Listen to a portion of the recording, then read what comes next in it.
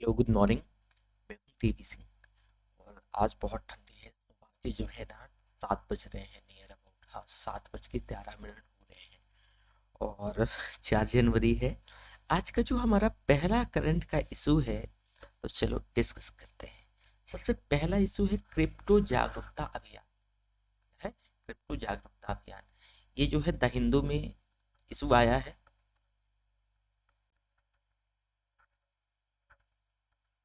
The Hindu में तो crypto जागरूकता जो अभियान है ये चर्चा में क्यों है?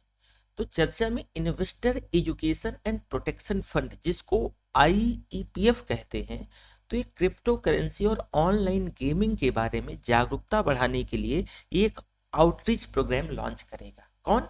इसमें से आईईपीएफ यानी investors education and protection fund क्या करेगा कि जो है ऑनलाइन जो क्रिप्टो करेंसी और जो ऑनलाइन गेमिंग है, तो इसके बारे में जागरूकता बढ़ाने के लिए ये आउटरीच एक प्रोग्राम क्या करेगा, लॉन्च करेगा। अब आउटरीच प्रोग्राम की बात करें तो आउटरीच कार्यक्रम की आवश्यकता जो है, इस आप देखेंगे कि इस पूरे अवलोकन पर बेस्ड है कि उद्योग में मौजूदा अस्थिरता के बावजूद जो क्रिप्टो संपत्ति है और ऑनलाइन गेमिंग है, जिसमें जुआ सट्टेबाजी ये सारी चीजें शामिल हैं, तो दोनों को अब भी जो है अवैध तरीके से बढ़ावा दिया जा रहा है। दोनों को इलीगल तरीके से बढ़ावा दिया जा रहा है। तो इस प्रोग्राम संभावित निवेश जो निवेशक हैं, तो उन निवेशकों को कोई भी निर्णय लेने से खुद जो है खुद मतलब पहले खुद को पूरी तरीके से शिक्षित करने में हेल्प भी करेगा, क्योंकि जो क्रिप्टो करेंसी निवेश एक जटिल और बहुत जोखिम भरा है, ये बहुत रिस्की है। तो इस वजह से इस प्रोग्राम की जो है क्या हो जाती है, जरूरत हो जाती है।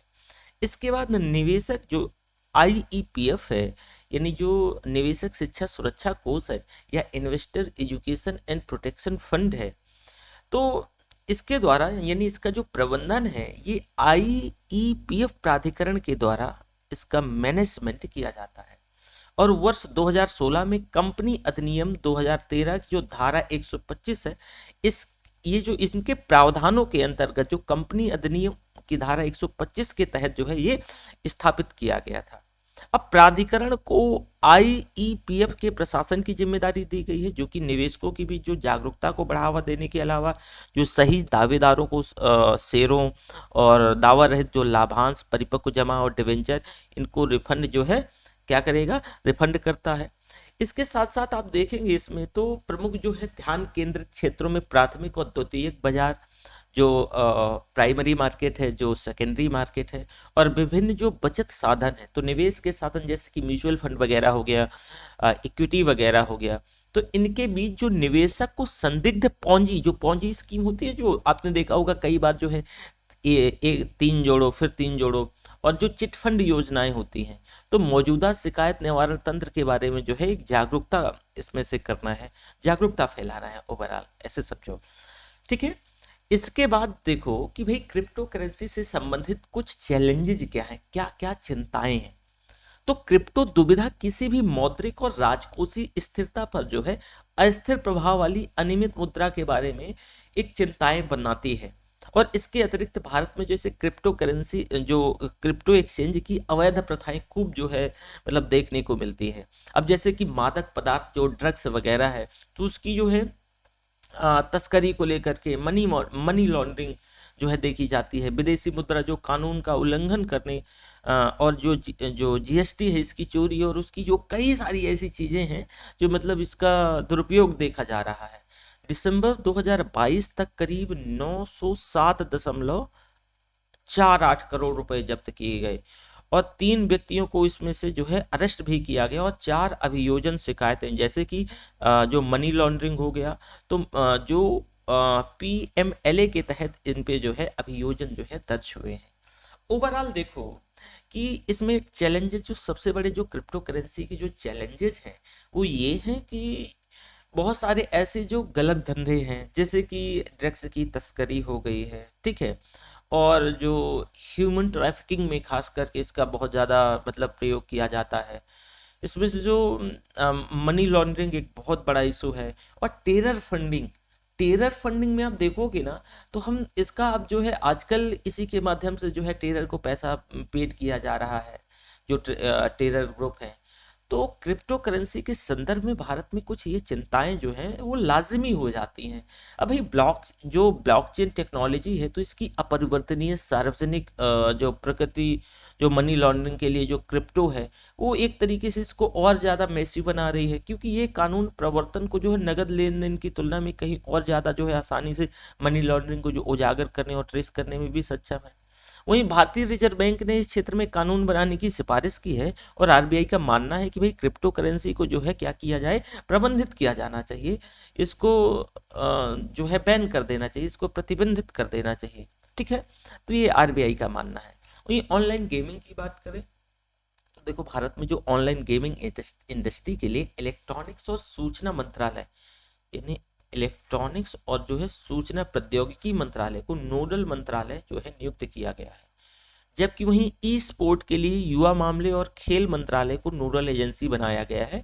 और पीटी में आपका क्वेश्चन यहाँ से बन सकता है, ठीक है, कि ऑनलाइन गेमिंग के लिए जो है कौन सा मंत्रालय जिम्मेदार है या कौन सा नोडल मंत्रालय है, तो ये ध्यान रखिएगा।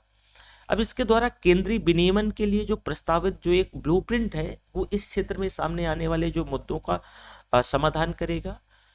अब यहाँ पर एक चीज और है, ये जैसे कि ऐसे शब्द जिन्हें पब्लिक गेमिंग एक्ट 1867 में इस्तेमाल किया गया है, किंतु इसे स्पष्ट नहीं किया गया, जैसे उदाहरण के तौर पे कि जो फैंटेसी गेम जैसे गेम ऑफ चांस हो गया, गेम ऑफ स्किल्स, इसकी परिभाषाओं के बारे में जो है भ्रम बने हुए हैं, और इसमें साइबर अपराध के कई सारे ऐसे जो है जोखिम जुड़े हुए होते हैं। तो एक ये भी जो है इशू आता है। अब वहीं कौशल के खेल जो स्किल से संबंधित है, जैसे गेम ऑफ स्किल्स है, तो इसके अवसर के तत्व को जो है पूरी तरीके से आप खारिज नहीं कर सकते हो। हालांकि जो है कौशल का आधार जो उपयोगकर्ता का जो मानसिक और शारीरिक कौशल मतलब यहाँ यूज होता है, और यहाँ शुद्ध अवसर के स्थान पर खेल के जो परिणाम को निर्धारित करने में जो है ये महत्वपूर्ण भूमिका जो है आपका स्किल निभाता रहा है। ठीक है, वहीं जैसे सर्वोच्च न्यायालय और कई जो उच्च न्यायालय यानी जो हाई कोर्ट्स अपने अनेक बहुत सारे फैसलों में वो भारतीय संविधान का जो अनुच्छेद 19(1)(g) है, इसके तहत जो गेम ऑफ स्किल यानी जो 19 है क्या है, वो अभिव्यक्ति की आज़ादी की बात करता है। तो 19(1)(g) के अंतर्गत जो गेम ऑफ स्किल को संरक्षित वैध व्यावसायिक गतिविधियों के तौर पे इसको स्पष्ट तौर से स्थापित किया गया है, तो ये भी ध्यान रखिएगा। और साथ में इन जो फैसलों में जो कौशल के खेल हैं जो गेम ऑफ स्किल्स हैं, और जो अवसर के खेल हैं जो गेम ऑफ चांस है, इनके बीच जो है अंतर भी, डिफरेंस भी बताया गया है। साथ ही साथ देखो, इन जो है न्यायालयी फैसलों में जो है इनके बावजूद जो है जैसे लत हो गया, वित्तीय नुकसान हो गया, कौशल और अवसर के बीच जो है एक डिफरेंसेस कर पाना बहुत मुश्किल हो जाता है। और तो ऑनलाइन स्किल खेलों का जो है कुछ राज्यों में हालांकि प्रतिबंध भी लगाया गया है, ऐसा नहीं है, लेकिन फिर भी यहाँ पर जो है मुश्किल कर पा थोड़ा सा डिफरेंट कर पाना मुश्किल हो जाता है। ठीक है, इसके साथ साथ आप देखेंगे कि आगे इसमें से क्या किया जा सकता है। तो आगे की इसमें से राय ये है भाई कि भाई जितने भी मतलब अन्य कार्यक्रमों पर ध्यान देने के साथ ही क्रिप्टो क्षेत्र के लिए एक जो है नियामक तंत्र, रेगुलेटरी होनी चाहिए, कंट्रोल होना चाहिए। और अगर सरकार कठोर रुख अपनाती है तो मतलब अपनाते हुए कहती है कि आभासी मुद्रा जो वर्चुअल करेंसी होती है, तो जैसे कि ये जो चीज़ें जो है भारत में वैध नहीं है, तो यह पूरी तरीके से यानी पूरी तरह सच नहीं माना जाएगा, और लोगों को गलती से विश्वास हो सकता है कि भाई ये निषिद्ध है। और जो लोग क्रिप्टो संपत्ति का जो उपयोग करके जो मनी लॉन्ड्रिंग है, ब्लैक मनी को जो है मतलब वाइट में कन्वर्ट करना है, ये आपराधिक लेन देन में संलग्न हो सकते हैं। तो यहाँ पर एक ध्यान देने वाली बात है कि भाई कानूनी जो बैंकिंग माध्यमों का जो उपयोग करके अवैध लेन देन का जो है उन्मूलन को किया जा सकता है। तो ये एक महत्वपूर्ण है। एक क्वेश्चन है, आप देख लेते हैं। एक क्वेश्चन है, ध्यान से देखिएगा। ये मैंने आपको बताया था कि हम डेली जो है 1 या 2 क्वेश्चन डिस्कस करेंगे। तो देखो, पहला क्वेश्चन है, ब्लॉकचेन टेक्नोलॉजी के संदर्भ में निम्नलिखित कथनों पर विचार कीजिए। ये 2020 में लास्ट ईयर का क्वेश्चन है। अब क्वेश्चन ये है कि यह एक सार्वजनिक बही खाता है जिसका निरीक्षण हर कोई कर सकता है, लेकिन जिसे कोई एकल उपयोगकर्ता नियंत्रित नहीं कर सकता है। ब्लॉकचेन की संरचना और डिजाइन ऐसा है, इसमें मौजूद सारा डेटा क्रिप्टो करेंसी के बारे में ही होता है। ब्लॉकचेन की बुनियादी सुविधाओं पर निर्भर एप्लीकेशन बिना किसी अनुमति के विकसित किए जा सकते हैं। उपर्युक्त में से कौन सा सही है? इसमें से ABCD, इसमें ऐसा लिखना चाहिए था। ठीक है, तो इसमें से ABCD नहीं, पूरा एक स्टेटमेंट लिख गया है। मैं यहाँ पे स्टेटमेंट लिख देता हूँ। देखो, स्टेटमेंट ये ए है और ये यहाँ तक जो है नहीं करता है, और स्टेटमेंट ये बी है और स्टेटमेंट बी में ये जो है होता है, और यहाँ से सी है। तो स्टेटमेंट ए क्या कह रहा है कि ये ऐसा एक सार्वजनिक बही खाता है जिसका निरीक्षण हर कोई कर सकता है, लेकिन जिसे कोई एकल उपयोगकर्ता कंट्रोल नहीं करता है। ठीक है, स्टेटमेंट जो है, तो इसका स्टेटमेंट बिल्कुल सही है 1। दूसरा, ब्लॉकचेन की संरचना और डिजाइन ऐसा है जिसमें मौजूद सारा डेटा क्रिप्टो करेंसी के बारे में होता है। नहीं, स्टेटमेंट जो बी है ऐसा नहीं है। ठीक है, तो ये गलत हो जाता है। ब्लॉकचेन की बुनियादी सुविधाओं पर निर्भर एप्लीकेशन बिना किसी अनुमति के विकसित किए जा सकते हैं। ठीक है, बिल्कुल सही है। तो इसका जो आंसर है वो 1 और 3 यानी डी नंबर है। देखो है क्या कोई डी नंबर। अगला है, ये भी लास्ट ईयर से 2018 में क्वेश्चन पूछा गया। वारनाक्राई पेट्या और जो इंटर्न ब्लू पद जो है पोस्ट हाल ही में समाचारों में उल्लेखित था, तो ये किससे संबंधित था? ये भाई लघु उपग्रह से संबंधित, सॉरी ये लघु उपग्रह से संबंधित नहीं, बल्कि सी नंबर जो है साइबर आक्रमण। आपको पता है कि ये जो है साइबर आक्रमण जो है साइबर अटैक हुआ था, तो वानाक्राई 2018 की बात है ये, तो उससे संबंधित है। ठीक है, तो इस वजह से इसका आंसर सी नंबर होगा, साइबर आक्रमण होगा। ठीक है, इसमें मेंस पॉइंट ऑफ व्यू से क्वेश्चन है कि क्रिप्टो करेंसी क्या है। मैंने आपको इकोनॉमी में क्रिप्टो करेंसी के बारे में बहुत डिटेल में बताया था कि भाई क्रिप्टो करेंसी क्या है, कि कहाँ से उत्पन्न हुई, सतोशी नाकामोटो है कौन, क्रिप्टो करेंसी कैसे उत्पन्न होती है, ये कब तक चालू होने वाली है, बहुत डिटेल डिस्कशन हुआ था। और इवन यहाँ तक मैंने ये भी बताया था क्रिप्टो करेंसी के बारे में, याद होगा आप सभी को, कि भाई इसके चलते जो है कुछ इशूज हैं। जैसे इसमें कई बार ये आरोप लगता है कि भाई क्रिप्टो करेंसी, एक करेंसी तैयार करने में बहुत ज़्यादा एनर्जी की ज़रूरत होती है, और कहीं ना कहीं ये इनडायरेक्टली जो है ये ग्लोबल वार्मिंग को भी क्या कर रही है, बढ़ा रही है। तो हमने लास्ट क्लासेस में इस जो उसके बारे में बहुत डिटेल में, अपनी लास्ट क्लासेस में नहीं सॉरी इकोनॉमी की क्लासेस में बहुत डिटेल में डिस्कस किया है। तो अगर आप हमसे जैसे इकोनॉमी या फिर जो कोई भी सब्जेक्ट अगर जानना चाहते हैं, तो ये 9555031427 ये हमारा नंबर है। किसी प्रकार की यूपीएससी, स्टेट सिविल सर्विस की कंसल्टेंसी, कुछ भी जानना चाहते हैं, इस नंबर पे आप कांटेक्ट कर सकते हैं।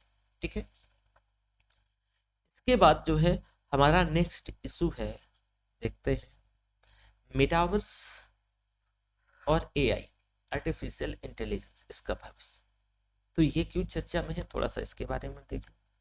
देखो, जो टेक फर्मों के लिए 2022 बहुत बढ़िया नहीं रहा, और हम भविष्य में जो मेटावर्स और जो आर्टिफिशियल इंटेलिजेंस से संबंधित कुछ नई प्रौद्योगिकी पर हम जो है वर्क कर रहे हैं, जो कि ये चुनौतियां भी बढ़ा सकती हैं और अवसर भी पैदा कर सकती हैं, एक अवसर भी हो सकता है।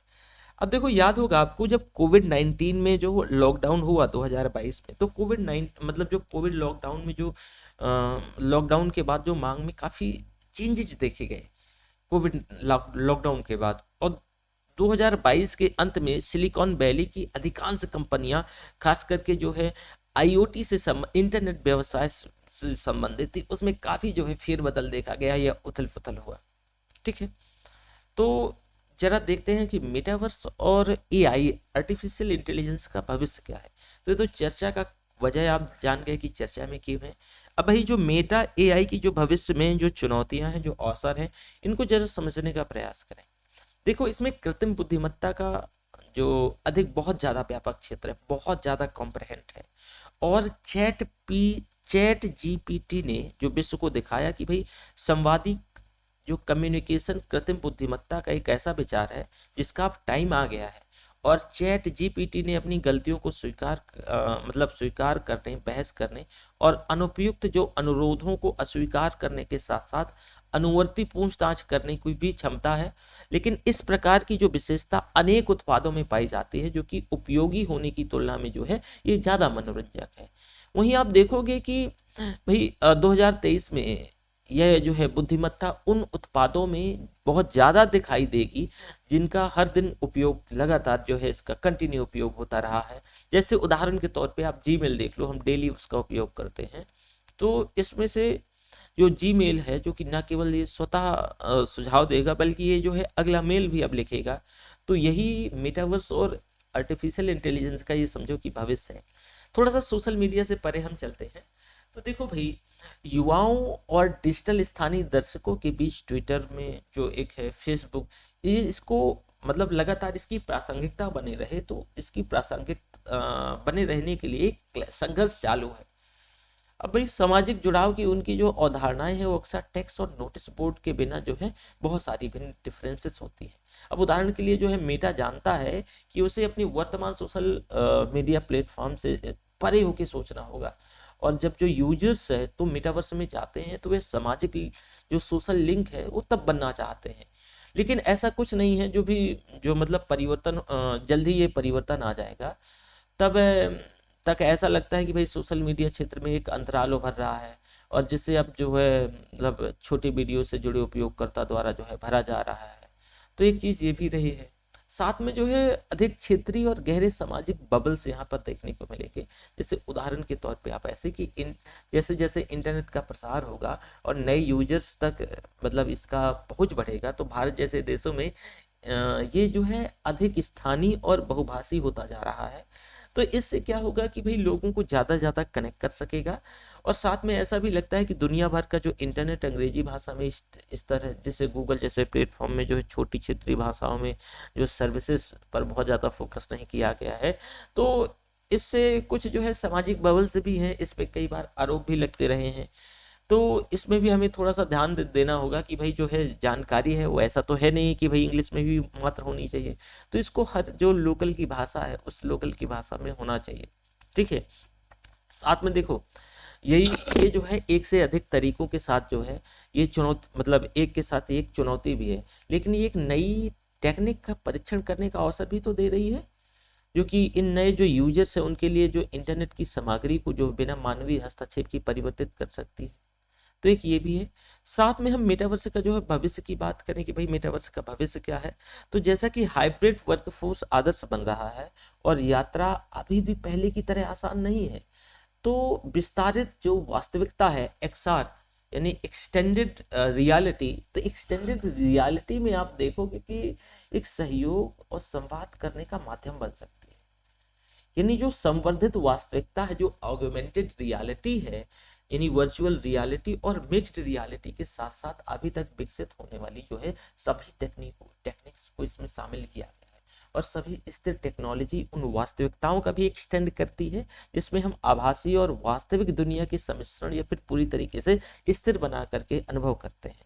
अब क्योंकि इन जो है वर्चुअल इंटरेक्शन को सुविधा बनाने के लिए हेडसेट और अन्य सामग्री भी बहुत जो है कॉस्टली होती है, बहुत महंगी होती है, और यह कंपनियों पर डिपेंड करता है कि भाई वे जो है एक्सटेंडेड रियलिटी जो मतलब जो संवर्धित वास्तविकता है, जो ऑगमेंटेड रियलिटी है, तो मतलब अपनी बैठकों के लिए अपने कर्मचारियों को सामग्री उपलब्ध करवाएगा। ये सारी चीज़ें रही है। ठीक है, साथ में देखो आने वाले वर्षों में हम नियमित जो यूजर्स के लिए मेटावर्स के कुछ और व्यावसायिक संस्करण जो है सुलभ होने की अपेक्षा कर रहे हैं। हालांकि मुख्य चुनौती हार्डवेयर के संदर्भ में जो है होगी, जो कि लोगों को वास्तविक दुनिया में बिना किसी नुकसान के आभासी दुनिया तक पहुंच प्रदान करेगी, और साथ ही साथ कम लागत वाला उपकरण जो एक मतलब गहरी समस्या हो सकता है, जो कि उपयोगकर्ता को जो है मेटावर्स में जो है आसानी से लॉगिन करने की सुविधा देता है, और यह एक जो स्मार्टफोन भी हो सकता है।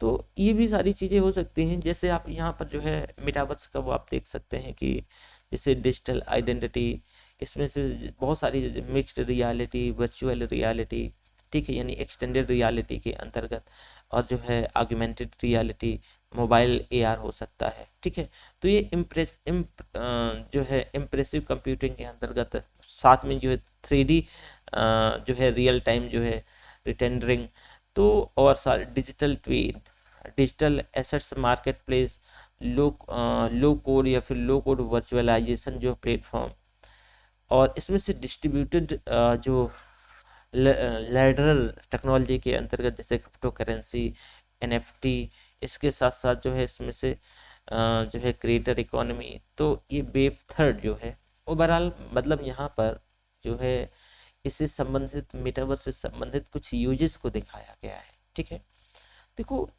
जो आर्टिफिशियल इंटेलिजेंस है इससे संबंधित कुछ चुनौतियां हैं, कुछ नैतिक चिंताएं भी हैं।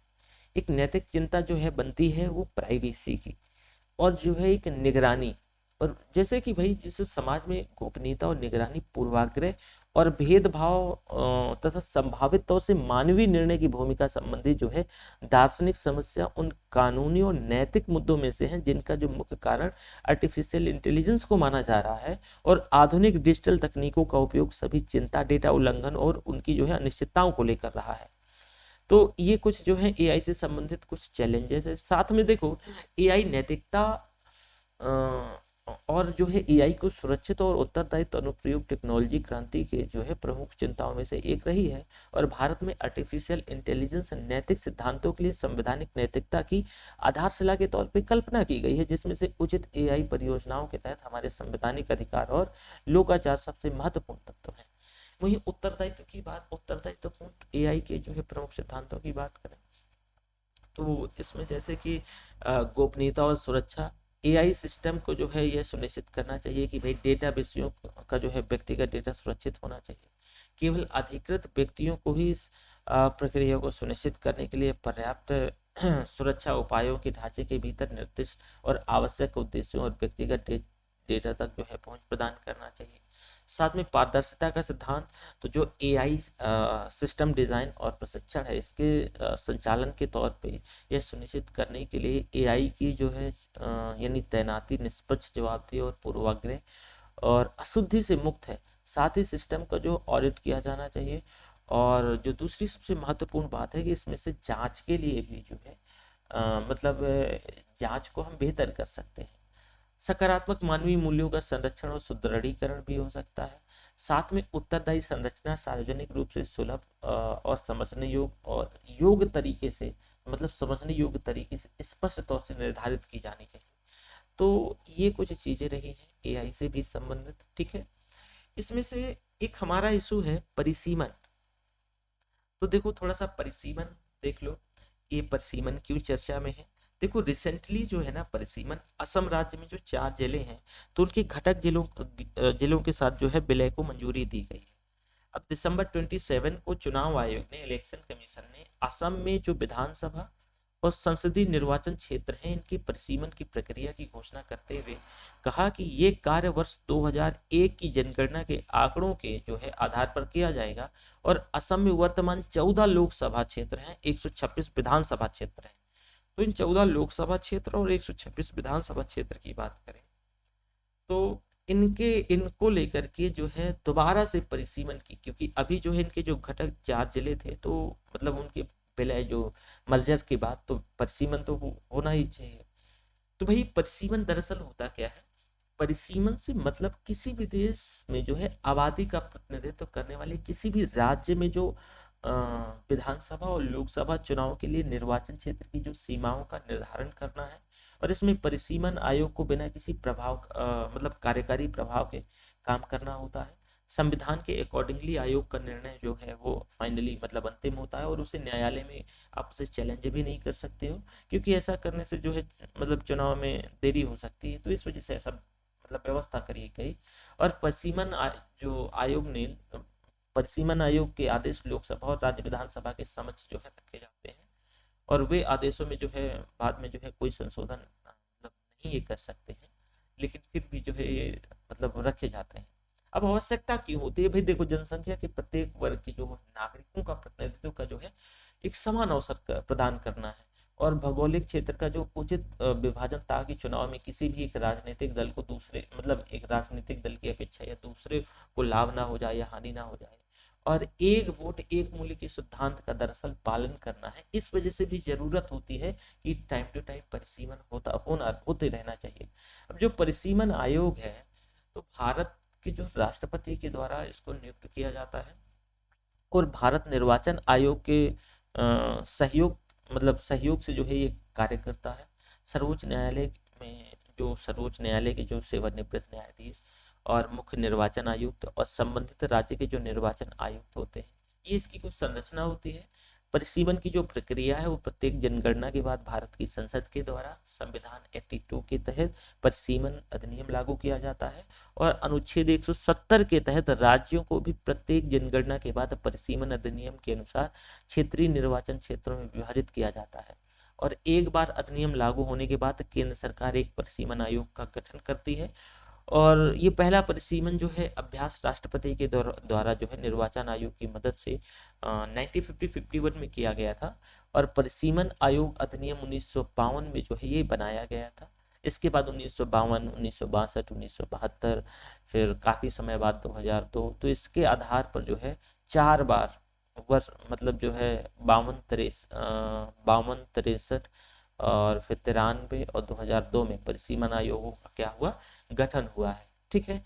इसके साथ साथ देखो परिसीमन आयोग प्रत्येक जनगणना के बाद संसद के द्वारा परिसीमन अधिनियम लागू करने के बाद जो आर्टिकल 82 है तो 82 के तहत गठित एक जो है ये पर्टिकुलर स्वतंत्र निकाय है। और वर्ष 1981 और 1991 की जो जनगणना के बाद परिसीमन जो है, ध्यान रखिएगा मोस्ट इंपॉर्टेंट हो जाता है कि परिसीमन आयोग का जो परिसीमन नहीं किया गया। ठीक है। इसके साथ साथ जो है परिसीमन से संबंधित कुछ इशूज रहे हैं, जैसे कि जो राज्य जनसंख्या नियंत्रण में जो है कम रुचि लेते हैं, कंट्रोल नहीं करते हैं, खास करके जो है मतलब जो उत्तर भारत के जो राज्य हैं तो उन्हें संसद में अधिक संख्या में जो है सीटें मिल सकती हैं क्योंकि जनसंख्या बढ़ रही है। तो परिवार नियोजन को बढ़ावा देने वाले जो साउथ इंडियन स्टेट हैं उनकी दरअसल जो है मतलब संसद में ऑब्वियसली की प्रतिनिधित्व कम रह जाता है, जनसंख्या कम है।